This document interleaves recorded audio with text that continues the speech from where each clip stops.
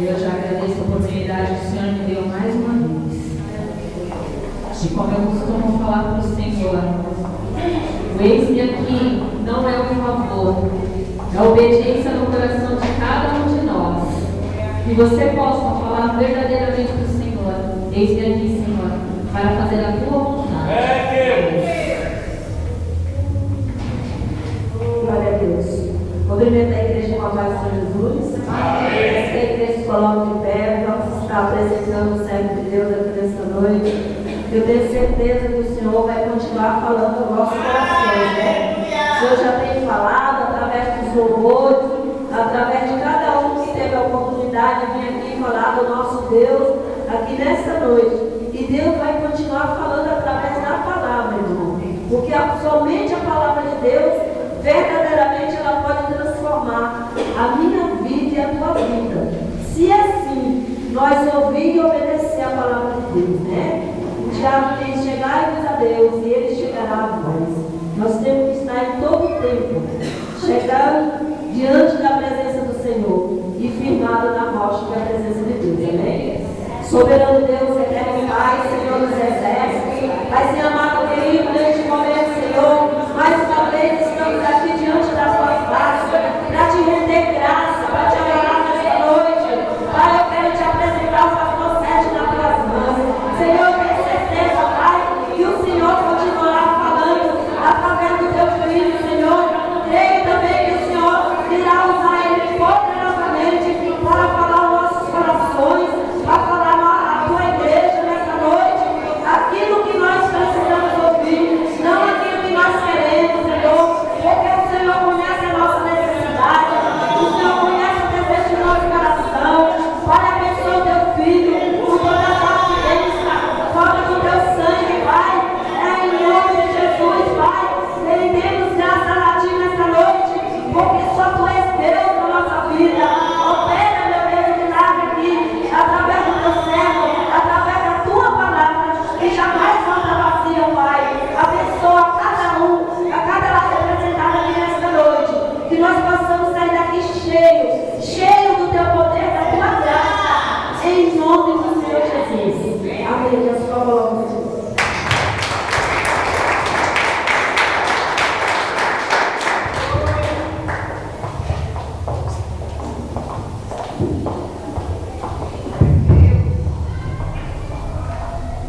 Paz do Senhor mais uma vez, irmãos. Amém. Abra comigo no Evangelho de João. Evangelho segundo escreveu João.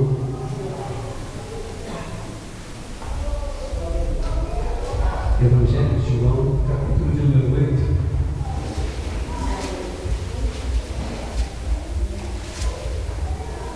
Evangelho de João, capítulo de número 8. Aleluia, Jesus. Grande Deus. Glória a Deus. Vamos ler a partir do versículo de número 1.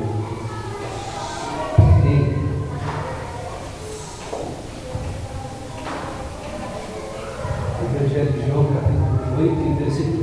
Diz assim: Jesus foi para o Monte das Oliveiras, e pela manhã cedo voltou para o templo, e todo o povo vinha ter com ele. E, assentando-se, os ensinava. E os escribas e os fariseus trouxeram-lhe uma mulher apanhada em ato de adultério. E, pondo-a no meio, disseram: Mestre, essa mulher foi apanhada no próprio ato de adultério. E na lei nos mandou Moisés, que as tais sejam apedrejadas. Tu, pois, o que dizes? Isso diziam eles, tentando, para que tivesse de que o acusar. Mas Jesus, inclinando-se, escrevia com o dedo na terra. E, como insistissem, perguntaram.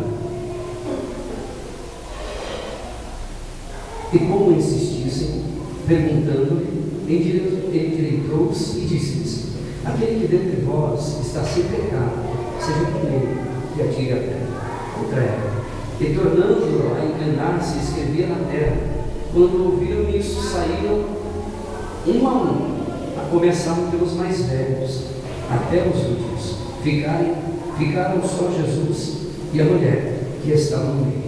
E endireitando-se Jesus, e não vendo ninguém mais do que a mulher, disse: mulher, onde estão aqueles teus acusadores? Ninguém te condenou? E ela disse: ninguém, Senhor. E disse-lhe Jesus: nem eu também te condeno. Vai-te em paz e não peques mais. Pode sentar, irmãos. Glória a Deus. Bendita nós.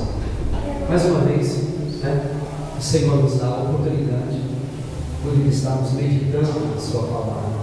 Mais uma vez, o cenário aqui não é outro senão o cenário que contrapõe a verdade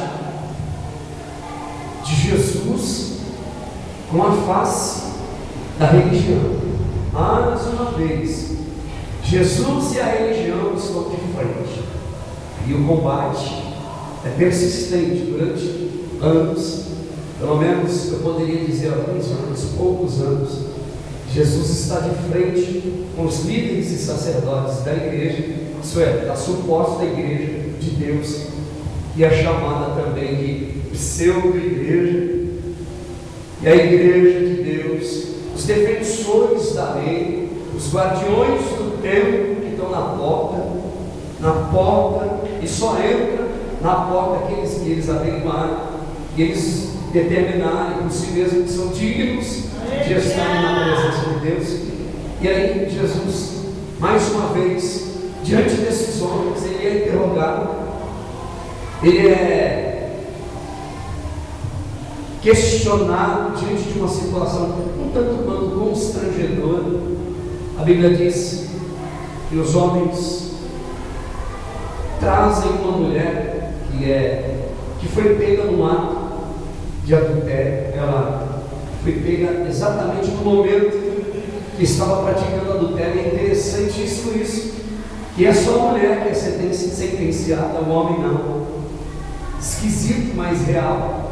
A mulher, a maioria das vezes, sempre leva a pior da história da igreja. Quase sempre, né? Sempre leva a pior. É mais cobrada, é mais exigida. E aí diz a Bíblia que Jesus abre e fecha aspas, surpreendido desses homens, supostos sacerdotes e guardiões da igreja, trazem essa mulher. Não sei como, a história não dá detalhes, mas eles encontraram essa mulher no ato de adultério, e não foi no meio da rua, foi dentro de alguma casa. Isso indica que eles estavam observando a vida alheia, porque não foi no meio da rua, não é possível. Hoje pode até ser que você encontre alguma coisa assim por aí, mas foi dentro da casa de alguém, ou dentro da casa dela, e alguém estava vigiando, talvez olhando pela fresta da porta, da janela. E aí eles pegam ela e arrastam ela com toda a violência, porque é isso que a religião faz. E com toda a violência, diz a Bíblia que eles chegam na presença de Jesus, com ódio, e eles aproveitam a oportunidade para pegar Jesus, para armar uma cilada para Jesus. Diz a Bíblia que aqueles homens pegam aquela mulher e lançam ela no meio de todo mundo, diante de Jesus, e eles dizem assim: mestre,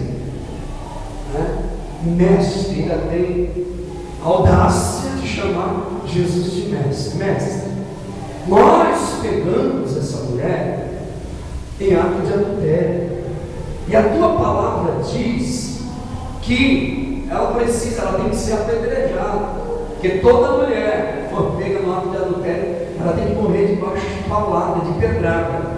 A lei de Moisés, foi Moisés quem ordenou. E aí eles perguntam para Jesus: o que você acha disso? Rabi, o que o senhor acha disso? Fala para a gente. E eles estão esperando uma resposta de Jesus. E de uma maneira ou de outra, eles já haviam pensado: se ele disser apedreja, a gente condena ele, porque a lei de Roma proíbe isso. Se ele disser abre mão, deixa ela embora, deixa ela em paz, a gente também condena ela, porque a lei diz assim. Então, de uma maneira ou de outra, a gente vai pegar ele. Diz a Bíblia que eles apresentam aquela mulher para Jesus. Presta atenção, irmão. Apresenta ela para Jesus. E diz a Bíblia que Jesus se inclina no chão, se inclina na terra. Isso começa a escrever no chão. Ninguém sabe o que ele está escrevendo. Algumas pessoas imaginam um monte de coisa, diz que ele estava escrevendo o pecado deles e outras outra coisa. A Bíblia não diz. Então eu não quero dizer também. Pode ser que sim, pode ser que não. Mas a Bíblia diz que Jesus escreve, está inclinado no chão. E o silêncio de Jesus traz a reflexão daqueles homens. Porque isso é uma lei que Jesus já conhece melhor do que ninguém. Que o próprio silêncio é o juiz de quem está julgando. E Jesus silencia e escreve no chão. E diz a Bíblia que eles insistiram. Está no texto, versículo 7. E como eles insistissem, Jesus se endireitou novamente e disse para eles assim: aquele de vocês que não tem sequer um pecado, pode começar a tirar a primeira pedra. E aí diz a Bíblia que Jesus novamente se inclina no chão e começa a escrever de novo. Sabe Deus o quê? Só Ele e Deus eles são. Ou talvez alguém que depois passou por ali para ver o que ele estava escrevendo, se ele não apagou, ou o próprio vento não apagou o que ele estava escrevendo. Diz a Bíblia que quando Jesus disse: aquele de vocês que não tem pecado nenhum pode começar a tirar a primeira pedra, o texto diz que do maior, isso é, do mais velho para o mais novo, eles começaram a soltar as suas pedras no chão. E eles soltavam a sua pedra, e um e o outro olhando, cada um para o mais velho, e o mais velho tinha que dar o start, né? A liderança. E aí começou a soltar a pedra e ir embora. E aí os mais jovens, até terminar todo mundo. E Jesus pergunta para aquela mulher, uma pergunta muito sutil. E a pergunta dele é: mulher, onde estão os teus acusadores? Onde é que estão os teus acusadores? Ninguém te condena?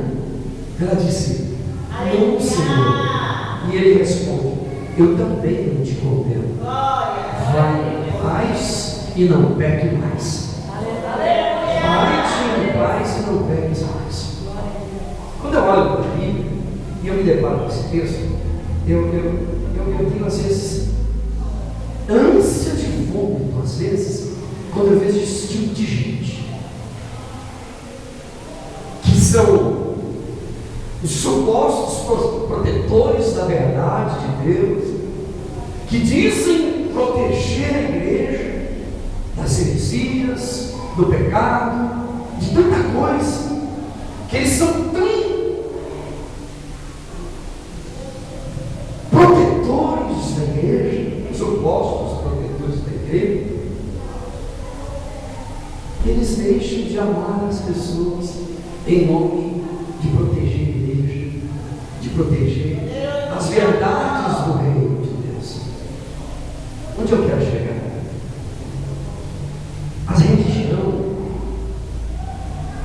A religião, estou falando desse tipo de coisa, esse tipo de coisa, que nada mais é do que coisa.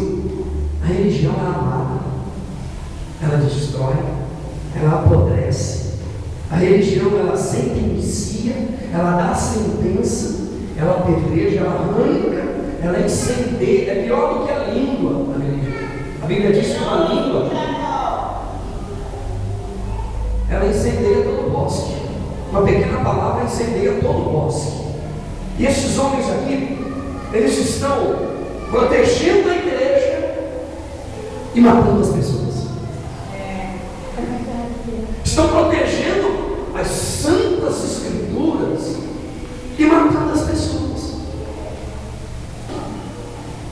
E Jesus, como é Senhor de tudo e de todos, Ele conhece a Bíblia muito melhor do que eles. Quem está aqui tentando apedrejar essa mulher são fariseus e saduceus. Fariseus e escribas. Escribas eram aqueles que não deixavam as escrituras se perderem. O que era escriba? Antigamente não tinha máquina de xerox. o xerox ou a xerox. Então, o xerox era o escriba, que ficava copiando, repetindo e fazendo cópias das escrituras. Então, ele todo dia estava ali, o tempo inteiro, ele conhecia muito bem a lei mosaica. Só que ele por ser escriba, e o outro por ser fariseu, está diante de alguém também que é mestre da lei, que conhece a lei antes da lei, que antes da lei existir, ele já conhece ela de ponta a ponta, porque afinal de contas foi ele que disse a lei, foi ele que falou a lei, ele que deu a lei. E aí esses homens estão em nome de uma suposta verdade, querendo tirar uma vida, tirar a vida de alguém que possivelmente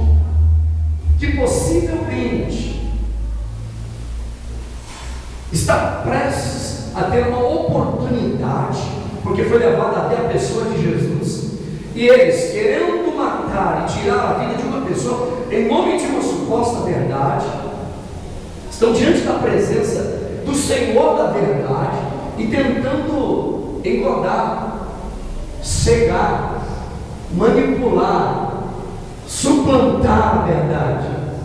E aí eu gostaria de dizer algumas verdades, alguns princípios tirados desse texto para a minha vida e para a tua vida. Por que isso, irmão? Às vezes, quando eu li esse texto, eu estava lendo isso, eu pedi uma direção para Deus. A minha pergunta era a seguinte: por que será? Em primeiro lugar, por que será que conscientemente ou inconscientemente nós só notamos as pessoas quando elas são diferentes da gente? Você já percebeu isso? Por que é que a gente só nota as pessoas e percebe as outras pessoas e damos conta da vida das outras pessoas quando elas são diferentes da gente? E como se não bastasse, nós gostaríamos que elas fossem como nós, exatamente como nós somos.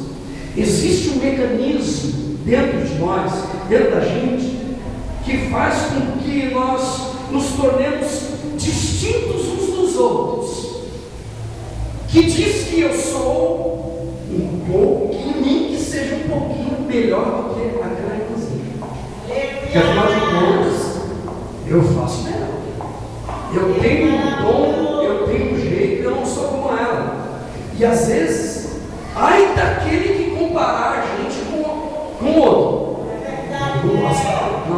Não me compare com essa pessoa. Existe um mecanismozinho, presta atenção, isso é muito sutil, que está dentro de nós, que nos impede de enxergar quem verdadeiramente nós somos. E principalmente quando nós encontramos alguém que é diferente da gente, que não vai na mesma igreja que a gente já diz assim: eu sou diferente. E até dizem por aí, irmãos, nós temos que ser diferentes. E aí, esse mecanismozinho de defesa e de suposta desigualdade que a gente tem no nosso coração faz com que nós pensemos que somos mesmos superiores uns aos outros e que nós temos o direito de dizer: eu sou e faço melhor e posso e tenho condição, porque afinal de contas eu sou de Jesus. Eu vou explicar. Por que será que existe esse mecanismozinho dentro de nós que faz com que nós notamos as outras pessoas somente quando elas são diferentes da gente? O que será que nos impede de aceitarmos as pessoas do jeito que elas são? E não exigir que elas sejam como nós. E que aparentemente nós somos de Deus. E que se nós orarmos, a gente pede para cair fogo do céu e Deus ainda faz vingança para a gente. Eu vou orar e Deus vai fazer vingança. Deus vai julgar a minha causa. Deus vai julgar a minha causa. Deus é fiel. Por que será que é muito mais fácil expor a vida do outro do que se calar? Por que será que é muito mais fácil? Porque para isso não precisa de ensaiar. É automático. É consequência da nossa natureza. É inerente a essa natureza que nós temos. E a gente só nota quando a outra pessoa é diferente da gente, não age igual a gente, não canta igual a gente, não prega igual a gente, e a gente diz assim: não, eu prego melhor, eu canto melhor, eu faço melhor. Não me compare, por favor. Eu não sou como ela, eu não sou como ele, eu sou diferente. Deixa eu dizer aqui, irmão, algo que Deus colocava no meu coração. Fariseu em ação é pior do que peste negra. Fariseu, não existe fariseu lá fora, só existe fariseu dentro. É verdade. Fariseu, quando está em ação, é pior do que peste negra. Nem as crianças escapam. E eu estou dizendo isso aqui apenas para chegar a uma conclusão, um fator, um denominador comum no final, para que você entenda onde eu quero chegar. Violentamente esses homens pegam essa mulher, em nome da igreja, eles arrastam ela pelos cabelos e colocam no meio. E ela é trazida e é exposta no meio de todo mundo. E eles dizem assim: a lei de Moisés diz, e é verdade, dizia mesmo. Estava escrito mesmo, eles tinham razão. Os fariseus conheciam muito bem a lei, tinham um conhecimento vasto, profundo a respeito da lei, porém não conheciam nada a respeito do amor de Deus e da bondade da misericórdia. Os fariseus, esses escribas, pegam essa mulher, e essa mulher é vítima da religião, é vítima de um confronto, e o zelo excessivo pelas escrituras, pelas supostas escrituras e pela igreja, que eles têm, o zelo excessivo pela lei de Deus, está sufocando o entendimento desses homens. O zelo excessivo faz com que eles não entram e nem saem da porta para o outro entrar. O zelo é tão grande, esses homens, eles estão tão zelosos pela lei de Deus, esses homens amam tanto as escrituras que esquecem das pessoas. Eles amam tanto as escrituras que esquecem de amar as pessoas. Eu me lembro de um pastor, que uma mulher, que era inclusive obreira da igreja, ela disse: pastor, eu não estou aguentando mais, me ajuda, pastor. E ela contava toda vez a história do pastor e para a mulher do pastor: pastor, não aguento mais aquele homem dentro de casa. E ela brigava, o marido dela batia nela o tempo inteiro. Eu não aguento mais, pastor, esse homem dentro de casa. E o pastor, e ela chegou um dia que ela não aguentou. Durante muitos anos, ela pediu: pastor, me ajuda, eu não estou aguentando mais. Eu vou largar esse homem. Ele falou: se você largar dele, eu vou tirar a tua ceia, vou tirar a tua liberdade. E o muito que você pode fazer é ficar aqui dentro da igreja quietinho. Não vou deixar você fazer nada. Nem uma oportunidade você não vai ter. Falou: pastor, não fez isso. Eu não estou aguentando. E ela apanhando. E durante anos ela insistiu: pastor, me ajuda. Eu não estou aguentando mais, pastor, me ajuda. Se eu não vai largar dele, se eu vou tirar a tua ceia, vou arrancar a tua liberdade, vou fazer isso, você vai fazer. E vou deixar você ali e pronto. E ela ficou com aquele homem até o fim, até que um dia ele entregou ela de pancada. E ela foi para o UTI. E de lá não voltou mais. Aquele pastor, zeloso por demais da obra, em nome de defender uma verdade, esqueceu de uma alma que estava morrendo. Aquela mulher morreu, aquele pastor morreu. Ele foi o resto da vida dele dizendo: eu matei ela, fui eu não podia ter feito isso, eu tinha que fazer alguma coisa por ela, eu não podia ter feito isso, eu matei ela. Ele não dormia mais, irmão. Ele não. Pastor, peraí, o que você está dizendo? Eu estou dizendo que vidas valem mais do que coisas. Vidas valem mais do que supostas verdades que a gente não entende direito e quer defender, irmão. A mulher está morrendo aos poucos, um câncer tomando conta dela, mas ela é obrigada. O pastor morreu, estava no leito de dor, os irmãos cercados ao redor dele, e ele só falava nisso: o que eu faço? E agora, o que eu faço? Eu matei ela. E eles diziam: pastor, calma, pastor, Deus vai te curar, Deus vai te tirar daí. Ele dizendo: eu matei ela, foi eu. Nunca mais ele foi o mesmo. O zelo, o excessivo zelo, o excesso, por assim dizer, o excessivo zelo pelas coisas de Deus, muitas das vezes faz com que a gente se esqueça do ser humano, da pessoa. Pastor, você está dizendo, eu vou ser bem transparente. Você está dizendo que você apoia a divisão? Não é nada disso, não é nada disso. O que eu estou dizendo é que vidas valem muito mais, e que elas devem ser respeitadas e não devem estar expostas debaixo de julgo de nada e de ninguém. Eu conheço gente que foi colocada para fora da igreja porque não quis usar saia. Ou você coloca a saia ou você sai da igreja. A porta da igreja, da rua, é a serventia da casa. E foi embora. E acabou. E não é um caso, dois casos. O zelo é excessivo demais. Esses homens desconhecem o princípio da misericórdia. Um dia Davi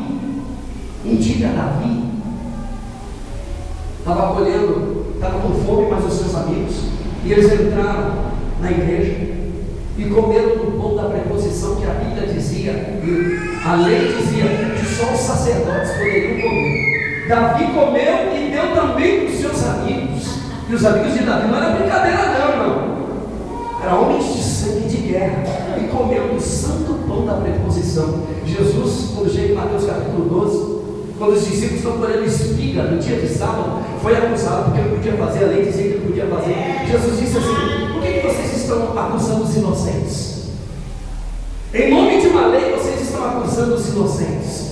Você se esqueceu de Davi, que entrou na casa de Deus, e mesmo debaixo de uma verdade, ele comeu do pão da preposição, que ainda deu para os outros seus amigos também. Por que é que vocês estão julgando os inocentes? Vocês deveriam aprender em primeiro lugar o que significa misericórdia quero e não sacrifício. E Jesus está ensinando essa gente. E esses homens tinham pouco ou nenhum respeito pela vida alheia. Eles tinham pouco ou quase que nenhum respeito pela vida de uma pessoa. E o zelo é tão grande que, se for preciso, eles matam. Eles tiram a vida de uma pessoa. Eles apedrejam em nome do zelo que eles têm sobre preciso. Eles tomam a vida de uma pessoa para provar o amor que eles alimentavam pelas escrituras. Então, até eu chegar onde eu quero chegar, é isso que me chama a atenção.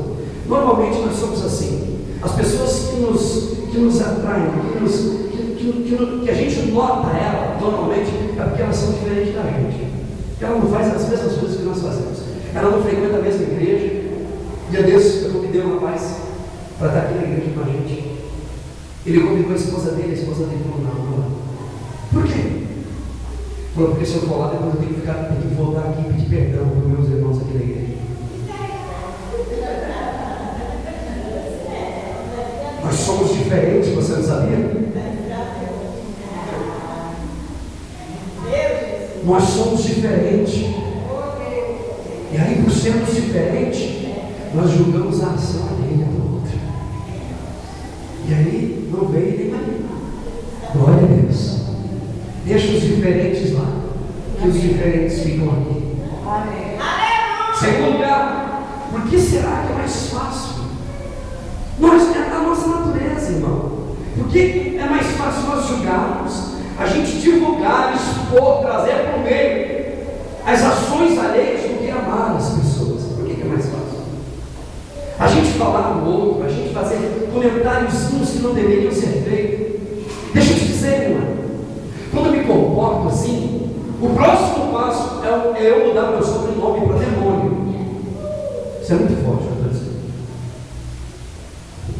Quando eu julgo atitude e ações alheias, independente de quem seja, o meu sobrenome, o meu codinome agora é demônio. Porque quem julga, quem acusa, são os demônios. O diabo, a Bíblia diz que o diabo, Satanás, ele é o nosso acusador. Então eu não tenho direito nenhum, por mais que seja uma prostituta, de falar mal, de dizer como, de falar alguma coisa.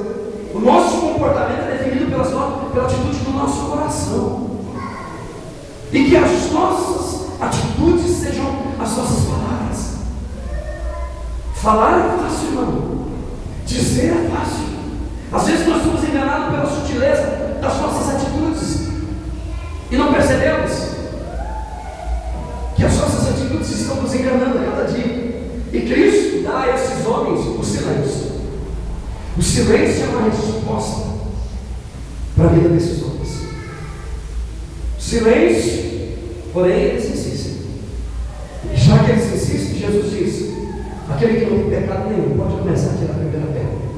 É interessante isso, que Cristo, sendo o Senhor de tudo e de todos, e conhecer as ações alheias, ele sabia muito bem que a grande maioria daqueles homens, se não todos, já tiveram uma maneira de ter uma relação com aquela mulher, ou com as outras mulheres que ali estão. Jesus sabia. Um dia Jesus denunciou aqueles fariseus.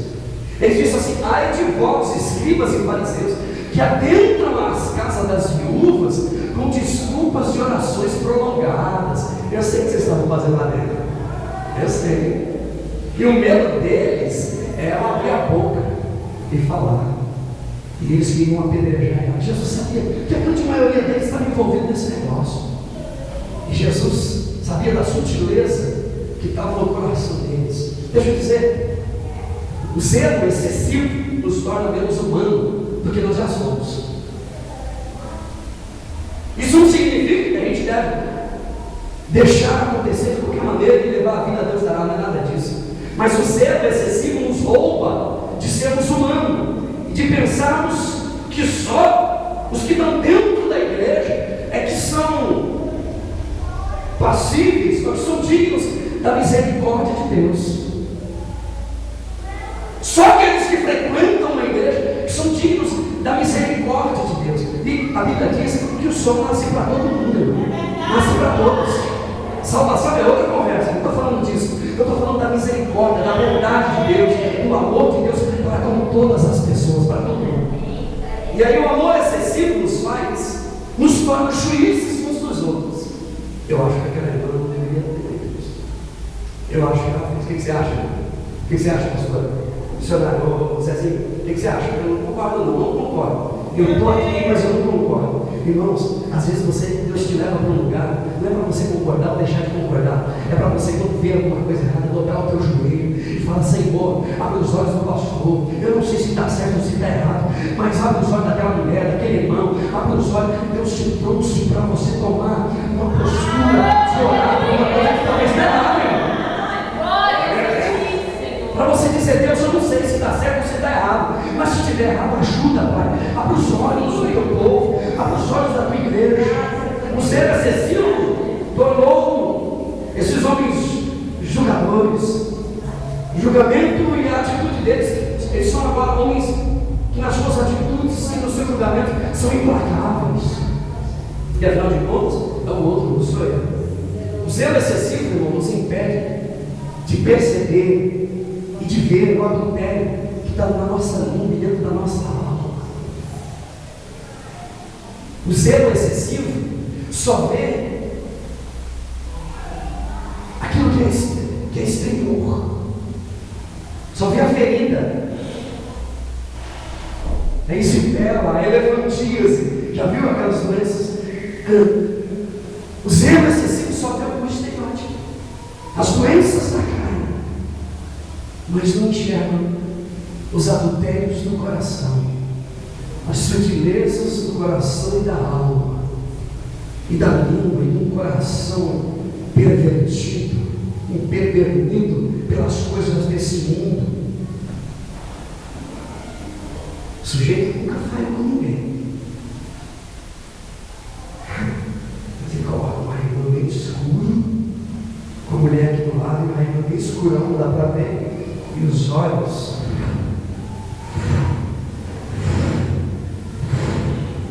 e o coração cheio. Está falando o que? O zelo excessivo nos impede de ver e de entender e compreender que na nossa alma, muitas das vezes, nós nos prostituímos. Porque prostituição não é só adultério, marido e mulher, relação conjugal. Mas existem N adultérios que está dentro da gente, a gente não enxerga. Adultérios da alma, do coração. Esses homens são mais adúlteros do que essa mulher. Muito mais adúlteros do que ela. Queridos, deixa eu te dizer, nós não podemos apoiar e nem tampar o sol da peneira, não é nada disso. Não podemos deixar encobrir o pecado de ninguém, mas nós devemos amar as pessoas como elas são, do jeito que elas são, com as suas mazelazinhas, com os seus defeitozinhos, do jeito que elas são amadas por Deus, do jeito que elas são. E o projeto, o propósito de Deus, a Bíblia diz que é salvar todos os homens. A Bíblia diz, em João capítulo 3, no versículo de número 17, diz assim: porque Deus enviou o seu Filho ao mundo, não para que condenasse o mundo, mas a fim de que o mundo fosse salvo por ele. Nós só conseguimos enxergar os efeitos que são crônicos, aqueles que são externos, mas aquelas sutilezas do coração que devagarzinho o nosso corpo vai saindo pelos cantos, como baba no canto da boca, a gente não percebe. E essa baba às vezes está saindo da nossa boca. Alguém já dizia que todo mundo inteiro estiver bebendo, limpa o seu bigode. São doenças que precisam ser tratadas. E que a gente olha para o outro está doente. Irmãos, já é o terceiro domingo que Deus tem tratado com a gente aqui nesse lugar. Bendito seja o nome do Senhor. Bendito seja Deus, porque essas doenças precisam de ser tratadas. Precisam de ser trabalhadas. São doenças crônicas que não se deixam de ser tratadas. Por quê? Porque a gente pensa e olha e enxerga a doença do outro. São doenças que precisam ser medicadas e tratadas de maneira paciente, de uma maneira tranquila. E o pior de tudo é que são doenças que alimentam, são doentes que alimentam doenças uns dos outros. Está vendo? Aquela coisinha assim, sabe? Aquele comentário assim, aí um alimenta o outro. Eu não aguento mais, eu não aguento mais. E aí, os dois se tornam parceiros nessa caminhada. Não aguento. É mesmo, eu também não aguento mais. Você viu lá o que falar? Você viu isso assim? Esses comentários são doentes que se amam. Alimentos, doenças que atraem os doentes. Doenças que geram doentes. E doenças que precisam ser trabalhadas. Você viu o que foi falado? Eu vi. Irmãos, eu me lembro de um tempo que eu era doente. Mais do que ainda sou, porque ainda tem doenças que precisam ser tratadas. Nós somos doentes, estamos na casa de Deus para sermos tratados. Toda vez que saía da igreja, no meio do caminho, ia comentando a respeito da pregação. E eram só os pontos negativos, tá? Os positivos ninguém veio. Só as coisas ruins. Você viu o que falou? Eu não concordo com o que você acha. Você viu aquela irmã que cantou? Misericórdia. Acabou com a igreja. E aí, um doente que atrai outro doente e que alimenta o doente e que vai alimentando. No texto que a gente leu, a Bíblia diz que quando Jesus disse: aquele que não tem pecado, atira a primeira pedra. Diz a Bíblia que foi saindo do mais velho para o mais novo. Do mais velho para o mais novo. Tem gente que adentra a igreja, já adentra essas portas da igreja, já com duas pedras na mão. Se acontecer, a próxima vez eu não aceito. Eu não quero. Quando um pega a pedra, o outro pega também. Vem comigo. E às vezes a pessoa entra nas portas dessa igreja, por outro lado, tranquilo, coração tranquilo, desarmado de tudo, coração aberto. E aquele que está com a pedra na mão diz assim: pega isso aqui que você vai precisar. Segura aí, que você vai precisar desse negócio. A gente acha que o fato da gente carregar uma pedra no bolso para se defender, para se resguardar de alguma coisa, vai proteger e ajudar a gente a chegar em algum lugar. E aí, onde a religião bate na nossa porta, e aí o texto diz que os mais velhos foram saindo depois dos mais novos. Veja que enquanto os mais velhos, os mais antigos, não soltavam pedra. Eles davam força para os mais novos continuarem com as pedras nas mãos. Você entende isso? Os mais velhos seguram a pedra e aqueles mais novos chegam aqui. Mal sabe, segurando, eu olhando, olha, se ele continuar, eu continuo também. E aí, o que você acha?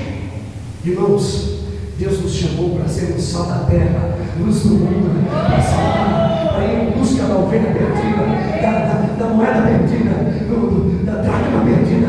Deus te chamou para sermos resgatadores dos homens. Deus te chamou para ser remédio para aqueles que estão doentes. Deus conta contigo, né? Deus conta com você. Deixa eu te dizer, essas doenças de relacionamentos precisam de acabar. Eu estou pregando aqui, tem muita gente que vai ouvir isso. Essas doenças de relacionamento precisam de acabar. Da gente olhar para aquele que é diferente da gente, que não veste a mesma roupa, não pinte com o mesmo cabelo igual eu, a cor é diferente, o sapato é diferente, o conceito é diferente. Alguém já disse, eu não concordo, e eu digo, por favor, não concorde mesmo, irmão.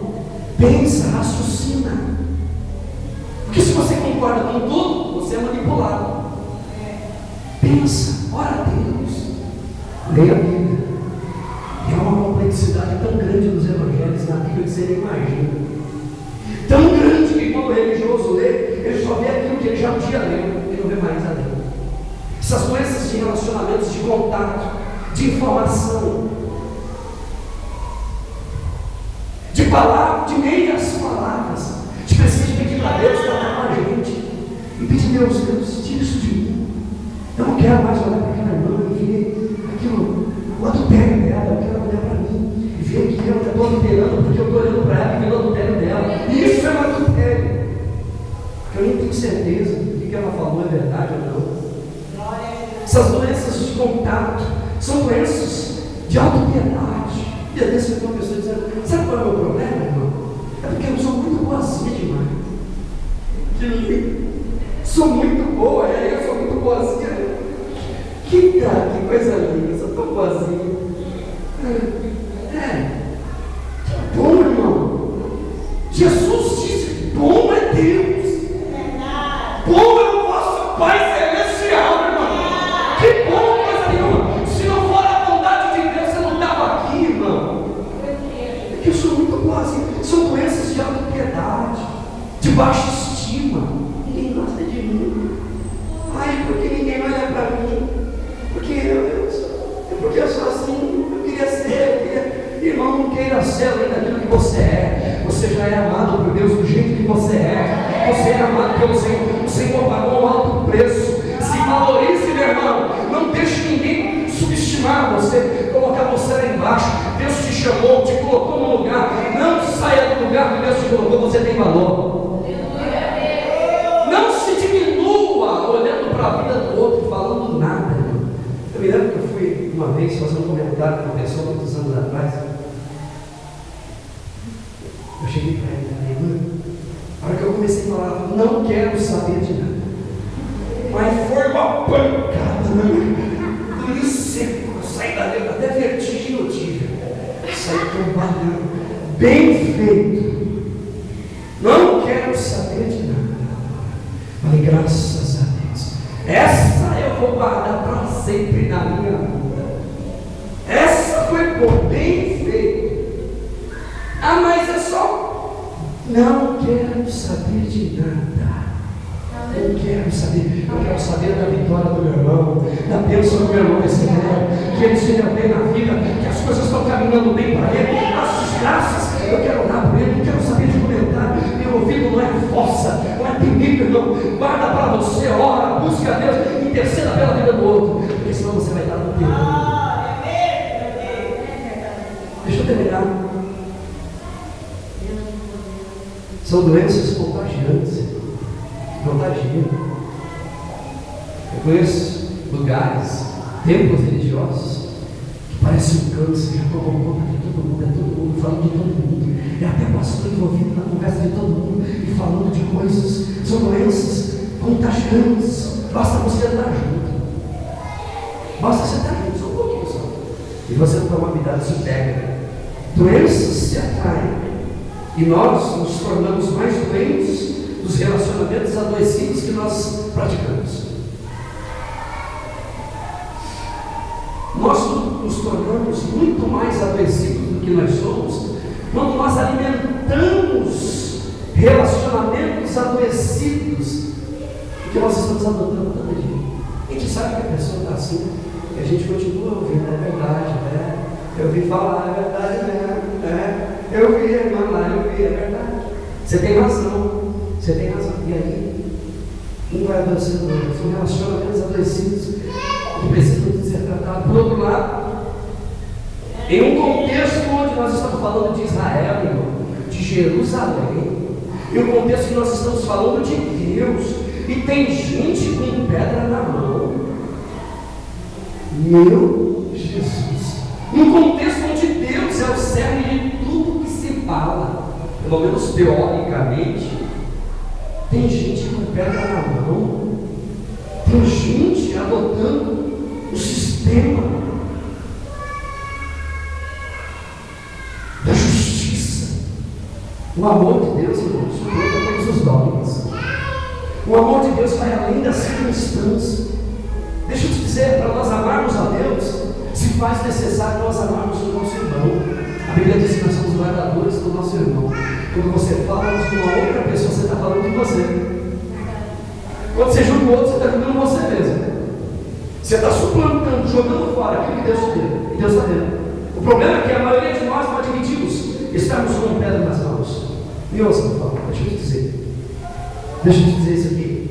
A nossa cura consiste em nós sabermos e confessarmos qual é a nossa bênção. Só existe uma maneira de nós sermos curados por Deus. É nós admitirmos que estamos doentes, confessarmos a nossa doença e dizer: Senhor, trata com o meu coração. Deixa eu te dizer, nós precisamos aqui nessa igreja, não é de mais um emprego, mais um salário bom, mais uma empresa, um carro, uma igreja maior. O que nós precisamos é de um toque de Deus na nossa vida. Um toque de Deus na nossa alma, no nosso coração. Eu me lembro de um pastor que ele estava orando a Deus, pedindo: Senhor, ajuda, Senhor. O aluguel vai vencer, a igreja, né? A água, a luz, Senhor, ajuda. E ele olhava para a igreja do outro lado da rua, cheio de gente, ele com 5, 6 pessoas na igreja: Senhor, o aluguel, Senhor. Ele via na outra igreja carros de pessoas, empresários chegando: Senhor, manda um empresário desse para cá para ajudar a gente, Senhor. Deus falou com ele em oração: meu filho, meu servo, nunca entrará aqui nesse lugar um homem mais rico do que eu. Você pode dar uma salva de palmas para Jesus? A obra é dele, a honra é dele, tudo é dele.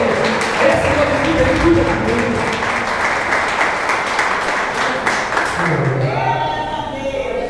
Deixa eu dizer, eu falei que estava terminando, ainda não. Terceiro lugar, a fidelidade só pode ser provada e evidenciada no contexto da infidelidade. Está aqui o texto que eu te leio. A fidelidade só pode ser provada no contexto da infidelidade. O amor só pode ser evidenciado no contexto do desafeto. Eis aqui uma mega oportunidade para Jesus de mostrar o amor de Deus para com todas as pessoas. É no contexto da contenda que nasce a oportunidade de você se calar. É no contexto do desafeto que nasce a oportunidade de você abrir a boca para abençoar. É no contexto da intriga e da inveja que nasce a sua oportunidade de orar e de interceder por aquela pessoa.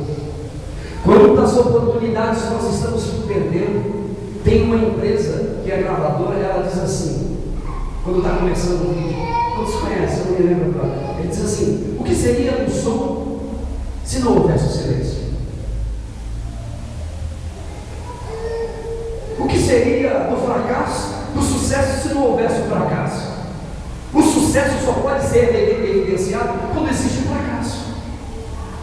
E quando existe o fracasso, a infidelidade, o desafeto diante de você, eis a oportunidade para você mostrar o outro lado da moeda e não fazer parte, e não ser conivente. Uma vez uma pessoa disse para mim: pastor, aliás, eu não era pastor, presbítero, ora por mim, porque estão falando mal de mim, estão tentando pau em mim, tem oração contrária, tem pastor, ora por mim. Eu falei: sabe o que é isso, irmão? É Deus. O quê? É Deus? Não, pastor, é demônio. Não, é Deus. É Deus. É Deus que está mostrando uma pessoa para você, uma pessoa que está precisando de ajuda e de oração. Essa pessoa está precisando de ajuda, ora por ela. O coração dela está sendo influenciado pelo diabo, ora por ela.